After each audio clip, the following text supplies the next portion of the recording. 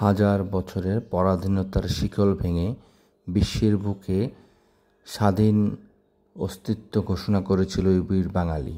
সেই ঘোষণার পর থেকেই ৩০ লাখ শহীদ আর লাখ লাখ মা বোনের সম্ভ্রমহানিতে অর্জিত বাংলাদেশ।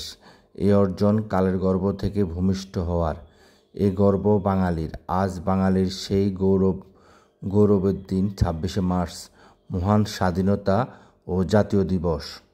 দিবসটি উপলক্ষে চাঁদপুরের ফরিদগঞ্জ উপজেলায় প্রত্যুষে সূর্যোদয়ের সাথে সাথে ৩১ বার তোপধ্বনির মাধ্যমে দিবসের সূচনা হয়।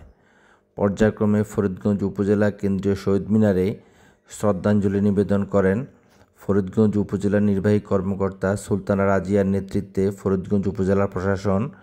পরবর্তীতে ফরিদগঞ্জ থানা অফিসার ইনচার্জ শাহ আলম এর নেতৃত্বে ফরিদগঞ্জ থানা পুলিশ, উপজেলা মুক্তিযোদ্ধা সংসদ, ফরিদগঞ্জ প্রেস ক্লাব, ফরিদগঞ্জ পল্লী বিদ্যুৎ সমিতি, ফরিদগঞ্জ পৌরসভা, ফরিদগঞ্জ সরকারি ডিগ্রি কলেজ সহ বিভিন্ন সামাজিক সাংস্কৃতিক সংগঠন।